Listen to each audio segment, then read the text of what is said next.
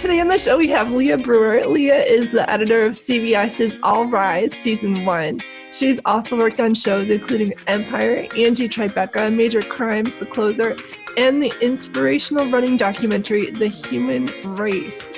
Leah, welcome to the show. Thanks for having me. Yeah, I was actually just watching The Human Race earlier today with my kids, and it was super inspirational. It's pretty great. Yeah. I feel like people need to watch that right now. Like, we're all shut in our houses, and it's like our bodies, we just don't use them. And you don't it's really. True. Yeah. It also speaks to the whole idea that, as we get older, we feel like, certain things aren't really good for me anymore. I can't push my body to a certain extent. And this film just breaks all of those myths and beyond. It's very heartwarming, which, like you said, it's a great thing to watch right now while we're all cooped up and sort of feeling a little stressed out. But even in general, and a lot of people have said, running isn't my thing, and it's kind of not the point. The point is to stay active, and as long as you're active, that's all that matters. You're going to age better than you would if you didn't. For sure. Well, we'll come back to The Human Race in a minute. How did you get started or how did you get interested in film and post-production? Honestly, when I was about 16, I started to realize that I really, really enjoyed it. I think even as early as grade 7, we were given a choice in school if we wanted to do one project or another, and I chose making a video, and I really enjoyed it. And so I kept doing little things like that. But when I was about 16, I found myself bringing home the school's tape to tape, 8mm tape editing equipment. And I was pulling all-nighters on Saturday nights, just playing around. And when you're a teenager, that's not usually your focus. And I thought, maybe there's something to this. And so I just kept exploring it. When I was 18, I came out to Santa Monica to job shadow for a week with a family friend. And I was sold from there. Wow. Did you go to a specialty high school? No. High school didn't have one of those. We had I think it was called Design and Technology. And our teacher had come from a specialty high school. And so she was really into teaching us broadcast and just making creative videos in whatever way we could. Mm-hmm. So when did you say you went to college? I went to Ryerson University in Toronto, and I graduated from the radio and television arts program. Yeah. Did you find that super useful? Yes and no. I think it helped me hone in on editorial. It's what I really enjoyed. That particular program is fantastic. If you want to be a producer in Canada, it will give you all of the tools that you need. It didn't have a lot of technical hands-on experience. It may have changed. That was a long time ago. And I know that the program has changed a lot. But when I was there, it was more theory and producing. Mm-hmm. I didn't take any editing classes. There was one offered, and I didn't bother taking it because by the time I was eligible for it, I felt like it wasn't going to be useful to me. What was more useful was to keep editing class projects. So every project that I joined, I just said, okay, I'd really like to be the editor, and it kind of went from there. Yeah. So did you always know you wanted to be the editor? Yeah. At that point, by the time I got to university, yeah. That's cool. I know a lot of people have like this kind of split thing going on where they want to be the director and the editor, or the writer and the editor, or something else and the editor. And there's I'm not sure what the percentage is. Maybe we'll do some kind of study later, but of the people who are just solely interested in being the editor, because I'm in the same boat. I have no interest in anything else. Got that out of my system in school. I tried directing and it was a failure, and I didn't enjoy it. I wasn't like, oh, let me try again. I'll do better next time. I was just like, you know what? Not for me. Not for me at all. And it's kind of stuck that way. I love the creative process in post. I love it. And you get a really unique chance to work with the producers and the directors in a way that a lot of people don't. It's kind of this I realized when I was assisting that my relationship with the showrunners was very unique in the sense that very few people on set get that opportunity. But you're in a room with the editor and the showrunner or the producers or the directors, and that's it. And you'll spend days together, and it's the greatest way to learn. I'd rather be there more than anywhere else. Yeah. Yeah. What is it, do you think, about being in that scenario that you love so much? If there was one thing that you could possibly put your finger on that like encapsulates the heart of it, like it's the education. Yeah. You know, Thelma Schoonmaker talks about how she's worked with Martin Scorsese this whole time, and every time they work together, they watch old films. They have like a screen or something playing old films sort of in the background. She said that working with him is like being in film school every day.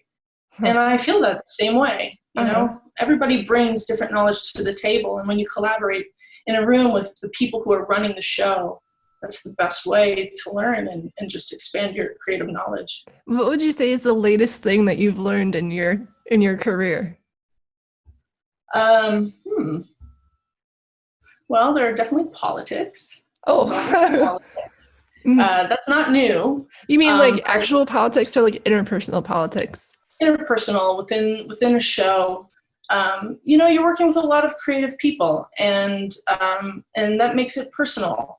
And when creative opinions don't exactly come together, there's always it's always a little bit sensitive. And I'm very lucky. I've worked on many shows, including the one that I'm currently on, where everybody is extremely respectful of one another. But still, even when you're respectful and you care about people, it doesn't mean you agree on everything. Mm-hmm. And so there's always just looking at things from different perspectives and trying to make everybody happy, which is always the editor's curse. But it's a constant learning experience for me. Yeah. Always. Every show I go on, it's always that. So I can't say that it's a new lesson that I'm learning, but it's a constant. How would you say that most oftentimes like those creative decisions get made? Is it like, does it come down from the director? Is it something that like the editor really puts their foot down and says like it needs to be this way? And because like, you know, who usually has the control? It's ultimately in television, it's the showrunner. The showrunner, the executive producers. The directors are coming in for their one episode and then they're leaving. They don't see, as far as television is concerned, they're a guest on the show, a very valued guest. They're being hired because their creative visions are very respected, and that's what they're offering, what they're bringing to the table. But ultimately, they don't know the entire story arc. They don't necessarily know the showrunner is thinking for certain characters and storylines. So, I'll have my cut. I'll submit it to the director. The director will work with me for 4 or 5 days, and then we turn it over to the showrunners and the executive producers, and that's when we get the show to time. That's when we hone in on certain storylines and that kind of thing before sending it off to the studio and then the network, and then we lock. Okay. Wow, yeah. I had no idea that the directors came and went like that. Where'd they all go? I mean, the in film, directors are in control more or less, but in television, it's the producers. Wow, that's so fascinating. Yeah. And well, editors move from show to show quite often as well, isn't that right? Totally, absolutely. It depends. It depends on a whole variety of factors. Oftentimes we only get one season, and especially now when seasons are much shorter than they used to be. They used to be 22 episodes or 24 episodes in a season. Now they're like 10 episodes, maybe 15 episodes in a season.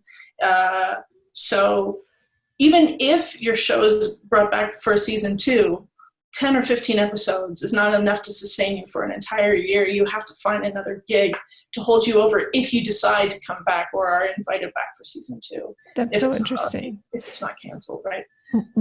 Why do you think that the seasons are shorter now?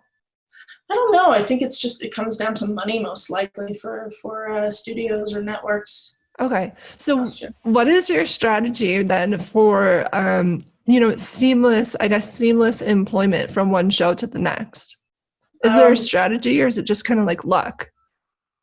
It's a little bit of both. I've struggled personally. I was bumped up from assistant years ago, 5 years ago, 6 years ago, to the editor's chair, and then we got canceled. So I thought from then on, okay, I'm cutting. That's it. I've left behind my assistant duties. I was so wrong. After 6 months, I defaulted back to assisting, which I also love, but it's not my goal ultimately. And I assisted, and then I'd cut, and then I'd assist, and then I'd cut. So, my strategy didn't work in that regard. I kind of went back and forth for a very long time. It's really about making a lot of personal connections with showrunners. I also have an agent, so my agent is submitting me for a lot of jobs, and that's sort of been a part of my strategy to try to stay in the editor's chair. Mm-hmm. Yeah. Has there ever been a show that like you wanted to stay with, but say like if you stayed there too long, you'd kind of, what is the word for it? Like pigeonhole yourself into that show so that you didn't have as many opportunities later? Is that a thing? That is a thing to an extent. That is a strategy, 100%. I know one editor, I don't think he'd mind me talking about him. He cut the pilot for The Closer, and he went on to work on The Closer for all 7.5 seasons, and then it transitioned to Major Crimes, and he continued on all the way to the end.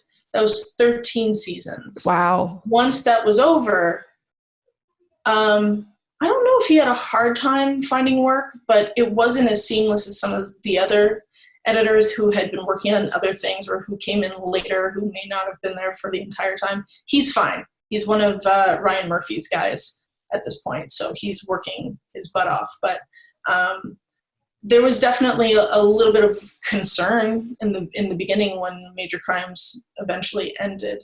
I know that some other editors left as a strategy to just move on in their careers. So that can definitely be a thing. Even though I've only cut one feature documentary, once I finished that doc, I started getting a lot more offers to cut more documentaries. And I could see how quickly one could be pigeonholed if they chose to keep going that route. Mm-hmm. So yeah, there's definitely something to that. So do you prefer editing TV over documentary? I prefer cutting narrative. I've cut short films, but I've never cut a feature film. I'd love to try that, but I've always really loved what TV brings, in the sense that a film, I feel like films can really heighten our emotions in a wonderful way, but after 2 hours, it's done, and that's it. Mm-hmm. Whereas a TV series can take you for several seasons, and the story arcs will take you a whole long way, and you have a much more intimate connection with the characters, and I've always loved that. Mm-hmm. What is one show that maybe you didn't edit, but you've watched that like the transformation of a character really impacted you personally? Well, I love Game of Thrones. I loved Downton Abbey. Those were pretty, especially Downton Abbey. I think some of the transformation and some of those characters really hit me. I will say that the one show that made me want to get into episodic television was NYPD Blue. I just felt I studied it in a class. I sort of deconstructed the writing of that show and the way that I saw it all put together. I thought, wow, this is the kind of stuff I want to work on. And so it wasn't so much the transformation of the characters there, but just sort of dissecting the filmmaking of it all was really what drew me in. What did the dissection look like? Breaking down the storylines and how formulaic the show was, while still being incredibly compelling. Like when you just watch the show, you're just into the show, you're just being taken by the stories. But when you really break down, Act 1 is situated here, and then, Act 2 is going to be over here. There was a point where I could look at the clock and say, okay, it's 8:07. The show started at 8. They're going to be on plot B, probably in an exterior location, something to that effect. And I turned on the TV and I was right. Wow. It was incredibly formulaic. But to watch it, you wouldn't necessarily take that in. You were just being taken by the show. But they had a formula and it worked really well. Does it make it easier for the editor or harder for the editor to fit into that mold? I think it's easier. Just because you're sort of putting the pieces together within the confines that you know that works. That doesn't necessarily mean that it's preferred by people, but as far as it being easier, yeah, definitely. Okay. Well, let's take a look at the clip. Actually, before we do that, you mentioned narrative, and just one of the parts about the doc that you did, the human race, is it's exceptionally narrative driven. Like one person is giving a presentation at a time it goes from person to person, but for the people who haven't seen it, like you show, or the director shows, like you guys show one person speaking and like this monologue goes and it doesn't stop, but she switches like from where she is giving the presentation now, and then she's giving the presentation somewhere else, and then she's giving the presentation like being filmed. Like, how did you do that? Like, you know what I mean? It's just so seamless. Liz Vassy was the director and producer of the film, and she is so story focused. She's a writer as well as an actor and director. Brilliant woman. And a lot of that had to do with how she planned out her filmmaking before she ever got to me. When she did get to me, it just sort of came naturally to break it up into 3 different sections. We had, for the people who haven't seen the film, we shadow 6 different groups or individual runners as they go from training for an event. We first meet them in an introduction section, and then we watch them train, and then we watch them compete.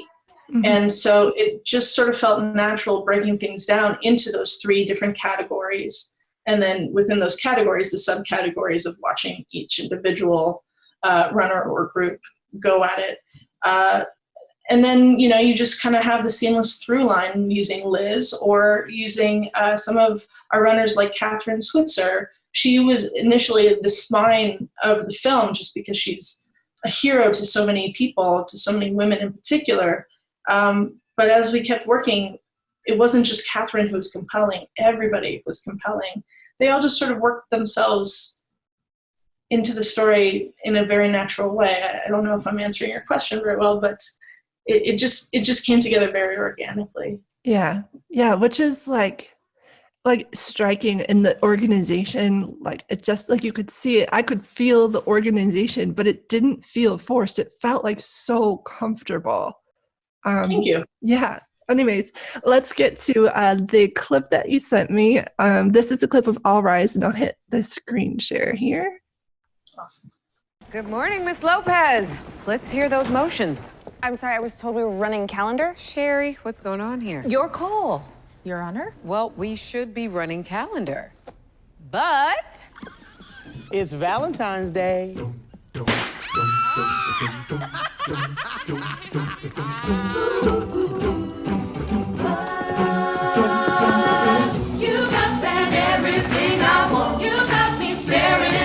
Sun doing things I can't explain. When you look my way, my way, you know me, and it's so insane. One moment, everything has changed. No, I can't explain. When you look my way, ooh,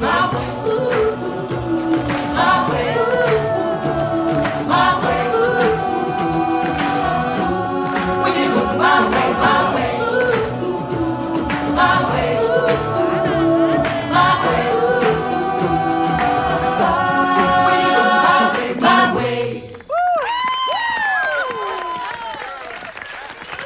Happy Valentine's Day, Em. Thank you. That was great. Thank you. Thank you so much. That was awesome. That was, wow. Ooh. Open it. Yeah. You like dogs, but you're too busy for a dog. So, a fish is the next best thing for a busy dog person. A fish? That's sweet. That's sweet. Don't you have to be at the... Oh, crap. The... I hate to gift and run. Oh. No, go. Go. Thank you. I hope you like it. I do. She looks so disappointed. Oh my gosh. Okay, so first of all, that was awesome. And flash mobs, do people still do flash mobs? I hope so, because they were super cool. It was, yeah, I'm a sucker for a flash mob for sure. Oh, here we go. I'm sorry. Okay. Awesome. So like, what was the hardest part about putting that together? I can't say that any of it was hard. It was all fun. It was just a matter of like, okay, what works best? There were so many different versions of that scene that came together. At first I thought, well, gosh, like there's so many dynamic shots, especially with the steady cam, that I just wanted to stay on the ground and be with Emily, played by Jessica Camacho, and just see her discomfort in being the center of attention there. And be with all the dancers, because the dancers were wonderful. And so I stayed really tight and on these moving shots, and I saw very quickly that, oh my God, I have no idea what's going on. I'm nauseous because I'm just being whipped around. I said, okay, so we need to pull it back a little bit more. And so then from there on, it was like a push and pull of how much to stay close versus how much we need to be out of it all to be able to see what the dancers are doing. Those overhead shots were great, but you don't really get to see the choreography as well. They're just kind of a really cool wow factor. So it was a nice sort of exploration and a good balance to be able to showcase the dancing and the emotion and the fun that was all in there. Mm-hmm. And sorry, my light is doing like this crazy thing. All good. It's a computer. It wants to like adjust and it's not doing yeah, it right. Oh totally out man. of control. Yeah. Let's turn on. People don't care what I look like. It's all about you anyway, baby. Oh, whatever. So You like, look great. when you're like close in, does it convey a different emotion than when you're further away and you know, you see more of everything? Well, it's about finding the balance, right? It's, Yeah. you know, is it only about her emotion? Do we want to see the dancers? If we're only on her the whole time, then we're not going to appreciate all the work that went into this. Mm-hmm. And we also, you know, there was like a part of that balance also was if we were too much in her discomfort, then the audience was going to be too uncomfortable and not as appreciative of everything that was put together for her. So to show the other cast members dancing and having a good time made you want to dance and have a good time too, you know? So to show, you know, if you're on her the whole time, you're not going to enjoy the dance. If you're only on the dance the whole time, you're not going to get the subtleties of what else is going on in the scene. It's not just about a dance. It's also about her not being comfortable in the dance, as it's played out later in the episode. This sort of triggers an abusive relationship that she used to have. And that's why she's so uncomfortable. That's why she does not want any of it. It's a really, actually a very moving episode, and the arc that it brings is really kind of special. It starts out as like this really fun Valentine's Day cute episode, and it ends a little bit sad with hope at the end. So in any case, yeah, there's a lot going on in that scene, and all of it needed to be shown. I noticed that there was a couple times where you chose to show the back of her head instead of her face. You know, she was looking in the opposite direction. What kind of feeling does that create in the audience, or what led to that decision in particular? Those were usually more about showing just the dancers and just the flurry of excitement that was going on. That was less about her and more about what was happening in the room. Okay. And what was up with the goldfish? Did she like goldfish, or was that totally like a boyfriend fail thing right there? It again spoke to the whole, I didn't want any of this. These grand gestures is something my ex used to do. Mm-hmm. And he had no way of knowing. He was being really, really sweet.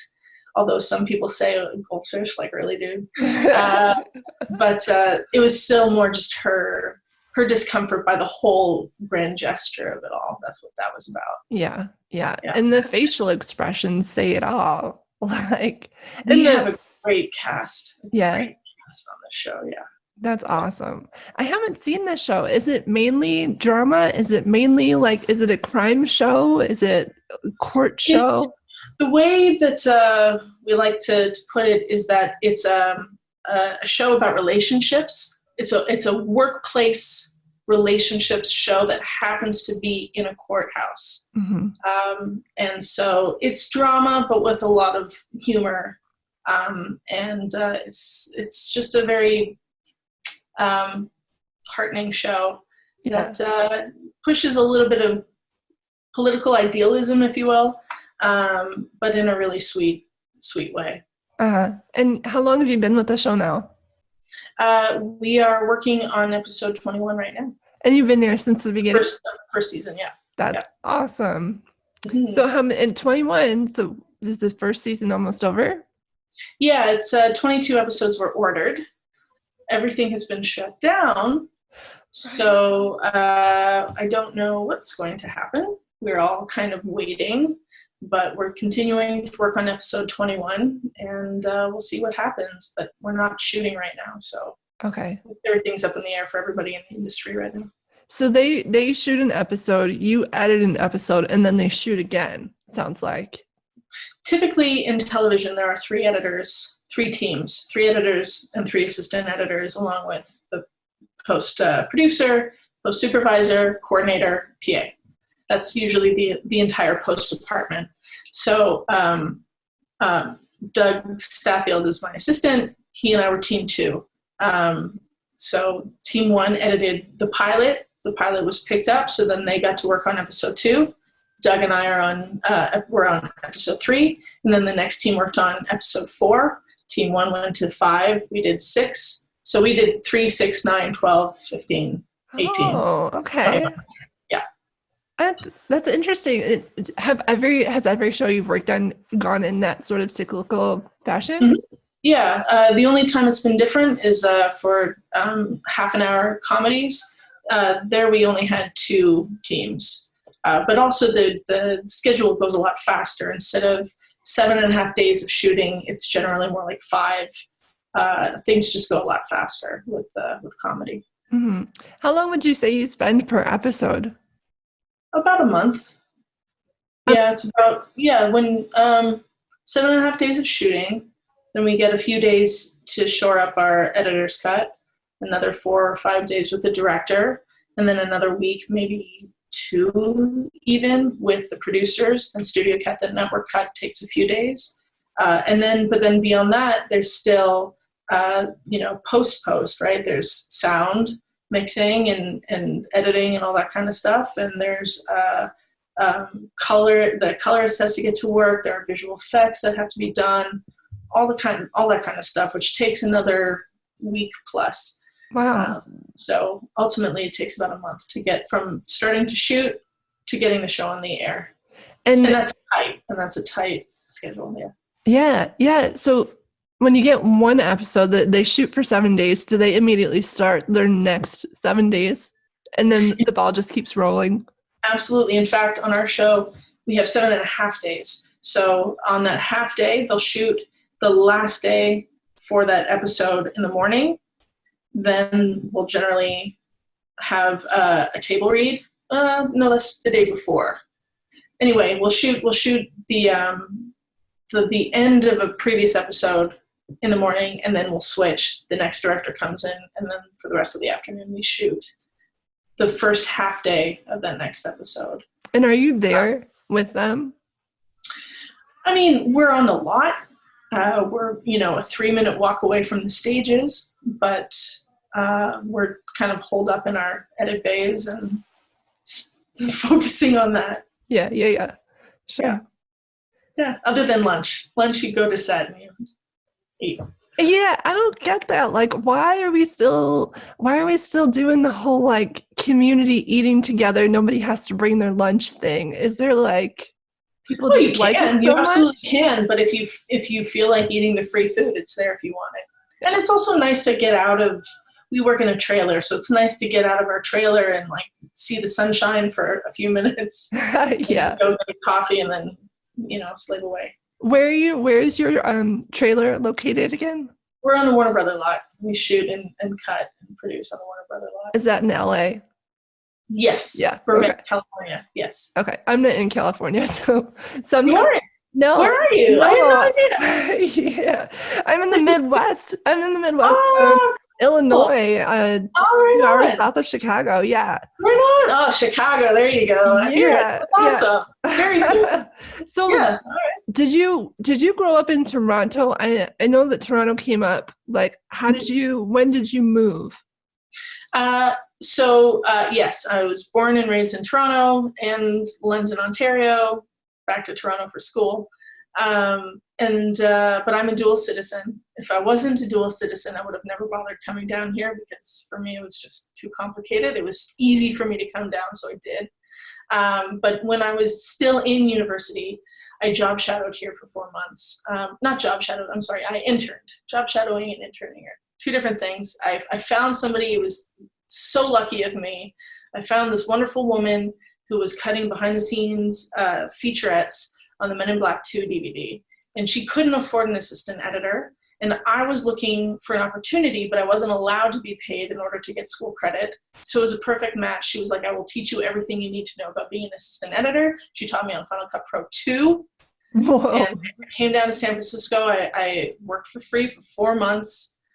Not everybody is privileged enough to have that kind of opportunity and to be able to afford to do it. So I realized how lucky I was, how fortunate I was. But that's what started my career, because I went back to school, I finished my practicum, and then a week out of graduation, I had a job in Toronto working on HGTV home reno shows. Uh-huh. But I knew I wanted to give it a shot coming down to LA. Just that week in Santa Monica of job shadowing, looking over people's shoulders when I was 18 and still in high school, that was enough to get me into university. People were so impressed by that. And I did nothing. I just looked over people's shoulders for a week and said, that's really cool. What are you doing? Uh-huh. But I guess for whatever reason, it was enough. And I thought, man, if I actually went back and did some real work, got some real experience, then when I went back to Toronto, I would have a leg up. So that was my intention.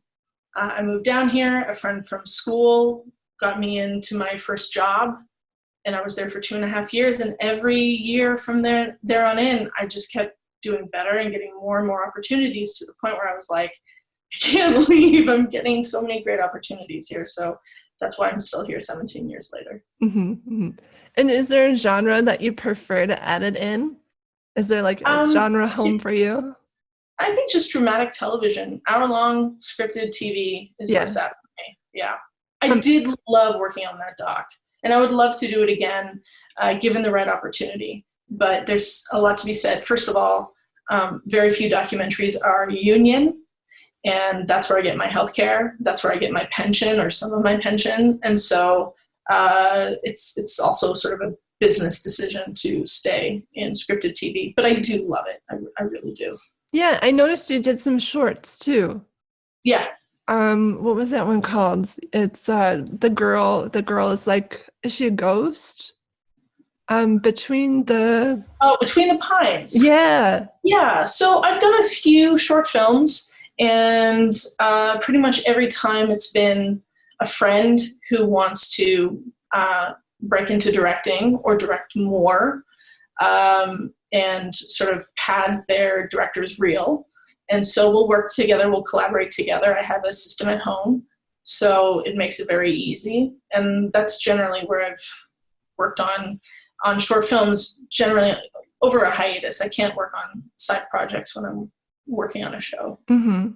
And did your friends that fund their short films, do they do like Kickstarter campaigns for them? How do they pay you? They do pay you, right? No. Oh. These are all just labors of love. Yeah, they do. They definitely do GoFundMe and all that kind of stuff. But they've all been labors of love for me. I tend to not like working for free, but if it's for a friend, if I believe in the project, if there's benefits in it for me too. Just continuing to squeeze the creative muscle, or just seeing my friends do well. That's important to me too. And there have been other ways. One of the films that I worked on, they gave me a computer at the end of it. And I was like, okay, that's great Nice. payment. I'll take that. So not necessarily monetary, but yeah, that's okay. Yeah. There's always a reason to do something for free if you're willing. But, generally speaking, you need to feed yourself, and so there's a balance. You choose what to do for free and what not to do for free. For sure. My film crew right now, we all do everything just with no budget. And I know that people get angry about that. Not anyone that I know personally, but a lot of people are like, never work for free. But like when we won something, we got access to Adobe Premiere for 2 years for free. Wow, like that's awesome. That's how I've gotten as far as I've gotten, because we won a podunky little, like, it wasn't podunky, it was in DC, but like when you do work for free, you grow your community, you get new contacts. Like there's so much value if you just look for it, you know? It's true. I think the problem is when you go onto certain posts, like there are Facebook groups out there for avid editors or just editors in general, and people come in and say, hey, I've got this great opportunity. It's going to be great exposure and a great credit for your reel. Work for me for free. That's a really tall ask. And if you're paying other people, you should pay your editor. Oftentimes post is overlooked. Yeah. It's an afterthought. And it shouldn't be, because it's a vital part of the process. And so you get what you pay for oftentimes. The projects, once I became a professional editor, the projects that I've worked on for free, again, they were friends. And also, these friends have a lot of potential. I believe in these people, and I'm sort of investing in my future. I know that down the road, when they can afford to pay me, they're going to call on me first because we have a history and we work together very well. But I also worked on a lot of free stuff before I became a professional editor, and I got so taken advantage of time and time again. It was I regret doing that, but it was a good learning experience. Bounced checks, I had to hound people. It's like, I worked for weeks on this, and like for $200, which is basically an enormous favor. You could at least pay me the $200. Yeah. So that's where, when I see people who are first starting out doing work for free, it's like, make sure that there's something in it for you. Make sure that you're going to learn. Make sure that you're going to come out of it a better editor than you were before, or something to that effect. Otherwise, you're just being taken advantage of. A lot of times when people are looking for free labor, it's because, they don't really have much to offer. So you gotta sort of look out for yourself. Sure. Yeah, it's a hard lesson to learn for sure. I have a client that is sending me a check from like a year and a half ago randomly, and good on him for reaching out and saying, hey, I forgot to send you this check. Like, it's coming in the mail, but it's been another month. Like, sometimes you just never know. But it's kind of one of the interesting parts of our field. Unless you're doing union work, it sounds like that's much more stable. Totally. Absolutely. There's a lot to be said when you can honestly pull that union card and say, if you're going to take advantage of me, I'm going to make a phone call. Yeah. Now, will that work for you if you transitioned to Toronto to do maybe like a show? What do they work on out there? There's several shows. I mean, Schitt's Creek just ended, but that was a show that was worked on in Toronto. I know that Winona Earp is a show in Toronto. There's a lot. I shouldn't say a lot. There's a lot of work in LA. There's some work in Toronto. A lot of stuff that's filmed up in Canada, they bring it back down to LA for post. So there's not as many opportunities as one might think up in Canada. But so the Property Brothers isn't cut in Canada. It is cut in LA. Oh, it is. I think that's a Toronto-based show. A lot of HGTV programming is done in Toronto. Okay. Would the union they're based in LA, right? Would they cover you if you went and worked for HGTV? I think that those shows are under the Canadian IATSE umbrella. Okay. I'm not entirely familiar with the way it works in Canada just because I've never been a part of it. I'm not sure if it's considered DGA versus IATSE back home. I have to do a little bit more research, but I think that if it's Canadian production, it's a different guild under the same union umbrella, I believe. Yeah. Okay. I could be wrong. And if I am wrong and anybody's listening, please reach out to me and tell me. I'd love to know. Yeah, let us know. Yeah. We might have the union on the show next season. So awesome. Yeah. Fantastic. Yeah. That's great. They're interested. So we'll see how that goes. Let's see. I had a couple of questions for you written down. You mind if I just look at it for a second? Please, yeah, go for it. Right. Okay, so there are actually two questions about the human race, Doc. Yeah. Awesome. So you use a lot of, or the film used a lot of, like, still images, and you move them in a way that it still felt like video. Is there a particular strategy that you use to do that? I think just, you have a choice. You can either show a static image, and that's fine. You'll see it. But why not make it a little bit more dynamic by adding movement to it? There's also, there's a few different examples where we have a full frame still and I'm just, moving from one part of the image to another. Or there's that little section where we're talking about Catherine being tackled on the race course, and we kind of flip it so that it looks like it's more like a film roll. And that was just to play around and be fun with what we could, because we had a series of images from that little sequence. But if sometimes you're trying to cover edits and dialogue and you need to stay on a still for a certain amount of time, if you're just looking at the still full frame, it's kind of boring. Even there's a couple of instances where it's like, oh man, I need to have this picture up for like 5 whole seconds, which is a lot of time. And so it's like a very slow sort of pan up a person from like their shoes to their face. And, you try to sort of kill time that way. There's always different reasons why you might do what you do with a photograph. It's not always just one. Mm-hmm, mm-hmm. And you were the editor and the producer on that show, is that right? I was given the title of producer because I had kind of seen the overall post process. Liz didn't have any experience with post, and so I helped guide her through it. That's another thing, actually. If you're working on an independent film in one way or another, even the smartest of directors and writers and actors that you might have involved, if you don't have a post producer, you can pretty much assume that when you're given a job, they're expecting to just give you a drive and then you return the drive with a completed film at the end, which is so not the case. You've got to organize all the dailies. That's usually an assistant editor's job, and that could take weeks depending on the project, especially if it's a documentary. It's like, well, you're paying me an editor's rate to do an assistant's job. I highly recommend you give it to somebody who knows what they're doing, who can prep the dailies in such a way that it's going to be fully organized for the editor, but also when the editor is finished and is turning it over to online, that everything is going to match up properly.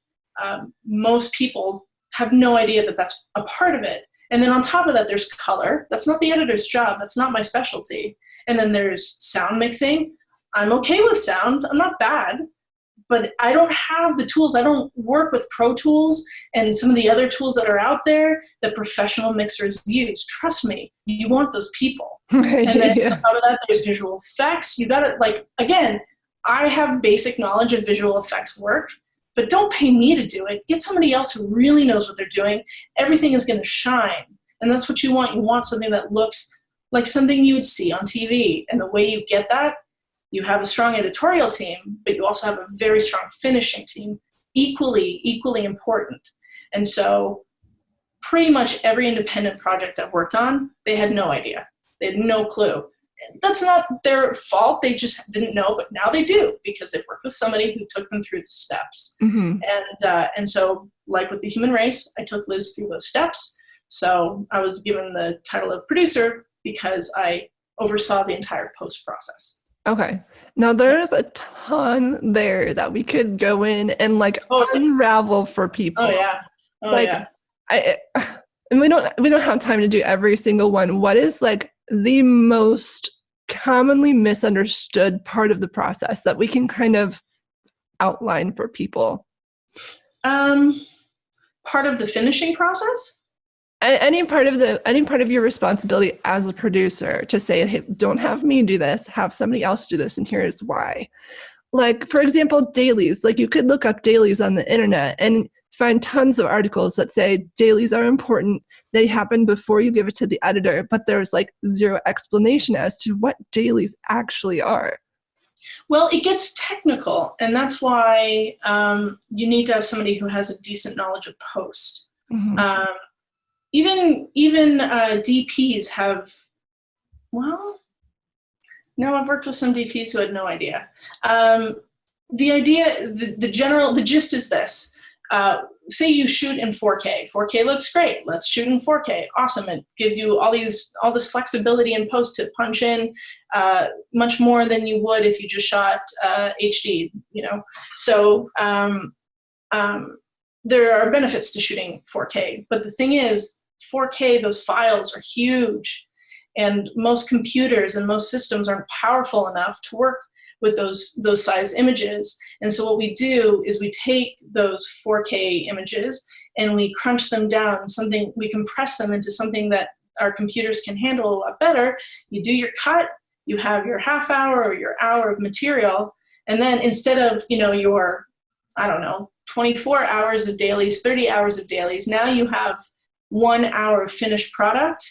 Now you can take those, you feed it into a computer system, and it will pull just that hour amount of footage, that's 60 minutes worth of footage, in 4K. It's a lot more digestible for the system. Mm-hmm. But usually that's done off-site. Adobe Premiere makes it very easy, I will say. It makes it a lot easier to do with Premiere. I'm more of an avid editor. Okay. But there are different ways to go about doing that, depending on the system that you're using. That's where it takes the research. That's where you want to consult with finishing houses to see the best way to do it. There's a lot of indie filmmakers that have all kinds of tutorials on the best ways to do it. But the important thing is to know that is something that needs to be done. Mm-hmm. So yeah, I'd say the knowledge of compressing your dailies is very important, and it takes time and it takes organization, and you have to do it right. If you've never done it before, I highly recommend going through the whole process as a test run. You know, take a couple of takes of 4K, have it compressed, work on the compressed versions, and then reconnect to the 4K originals and make sure that whole transition is seamless. And as long as you do it right, then great. Now work on your whole show, because God forbid you spend months or weeks even on a project and then suddenly you can't reconnect to your dailies. That's a disaster. Oh my gosh. So that's number one. And I'd say number two is sound. People are so much more forgiving of bad picture than they are of bad sound. If something sounds crappy, it feels like low budge. If it looks okay but sounds great, people are into it. If it looks great but sounds like crap, you're like, what am I watching? It hits people on a more emotional level, I think. Sound is always underestimated and never given the attention it deserves. Have a good mixer. That is so important. Both good sound recording and then good sound mixing at the end. Mm-hmm. And the sound comes after the edit, right? You always do it that way? Absolutely. They're going to be, there's nothing for them to work with until you have finished picture. Yeah. Even if you give them like a rough cut, you're still going to be manipulating stuff and still pulling stuff from dailies. So there's nothing for them to work on until it's finished. Yeah. Dailies sounds a lot like proxy files. Is that like the same thing? Yeah. Okay. Yeah. I mean, the dailies are basically the raw footage of what was shot.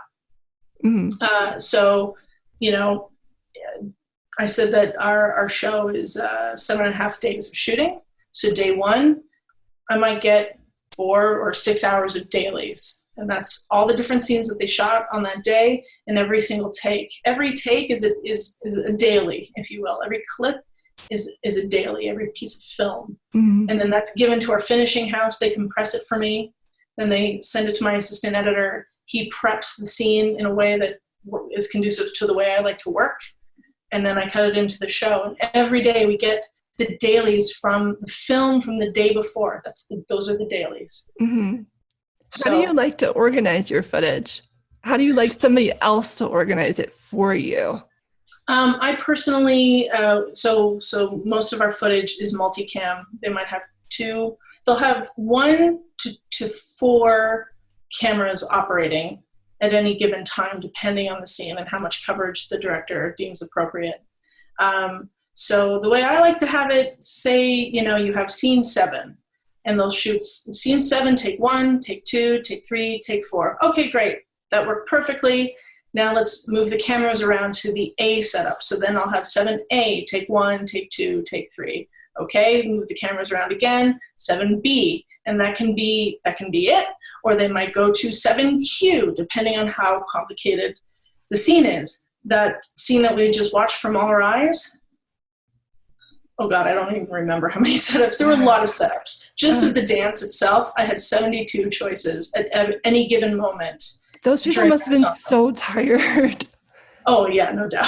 How many times did they do that dance? What's 72 divided by 4? Oh gosh, I don't know. We'll figure that out. Well, that's what it was. Wow. Yeah. So yeah, and that was just the dance. That's not the dialogue before and after the dance. So in that particular case, like every time the camera was moved around, Doug lined up all of the setups. So I'll have in my bin, I'll look at it as a thumbnail view. And this is just me. Other editors work differently. But I'll have 7, 1, 2, 3. Then underneath 7A, 1, 2, 3, 4, 5, 6, however many takes they shoot, and so on and so forth, all the way down, starting with scene 7 through 7A, B, C, D, E, as you go down. Wow, that sounds wonderful. If there were multiple cameras being shot, mm-hmm. then Doug will make what's called a multi-group or multi-cam, depending on what program you're using. But he'll sync based on time code. He'll sync A cam, B cam, C cam together into one clip. So I don't need to look at the individual cameras. I can just click on one clip and watch 7A take 1, A cam, B cam, C cam. It's all in like a quad split on my screen. Mm-hmm. So that's how I look at my dailies. I'll just go through the different takes that way and look at it from a multicam angle instead of individual cameras, because that would take all day and I'd miss out on my editing time. Yeah. Yeah. Wow, that really breaks it down. So they don't ever rename anything, right? They, because you get the camera file and it's like HD at 1, 2, 3, 4, 5, 6, 7, 8, 9, 10. Like, do you ever change that? Yeah. Our finishing house changes that. They'll label it with the take, with the scene number and the take. They do.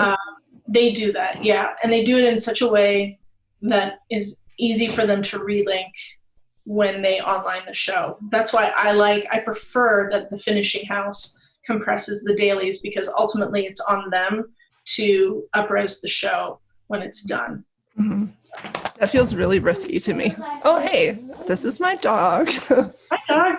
So is there anything else that you wanted to talk about while I still have you on the show? Not really, other than just, the whole point of this podcast is women in post-production. And it's great to see so many people being very excited about this. Every time I've worked with anybody who came from like the acting side, who got into directing, and they see what post-production can do and how we can really rearrange a story. We're sort of like magicians / storytellers / liars, all of that sort of like wrapped into one. It's like, whatever I can sell you, if you can buy this as true, then I've done my job. It's such a fun process, and there's so much to it. There are very few limits on what you can do in post. And to me, that's what the storytelling is all about. Every single part of filmmaking, from the PA up to the showrunner, every role is vital. So it's not to take away from any of that, but for me, this is really like post-production truly is where the magic happens. It might not be sexy, but it's really cool. Oh, I think it is. Make magic in the dark. Yeah. Yeah, sure, okay. Make a shirt that says that. I think that'd be cool, right? Yeah, I'll buy it. All right, Leah. Well, thank you so much for coming on the show today. It's been super educational. It's been super informative. It's been a lot of fun. Like, I just really appreciate, hearing from you and your experience. And I wish you the best of luck. My pleasure. Thank you so much for having me. Really appreciate it.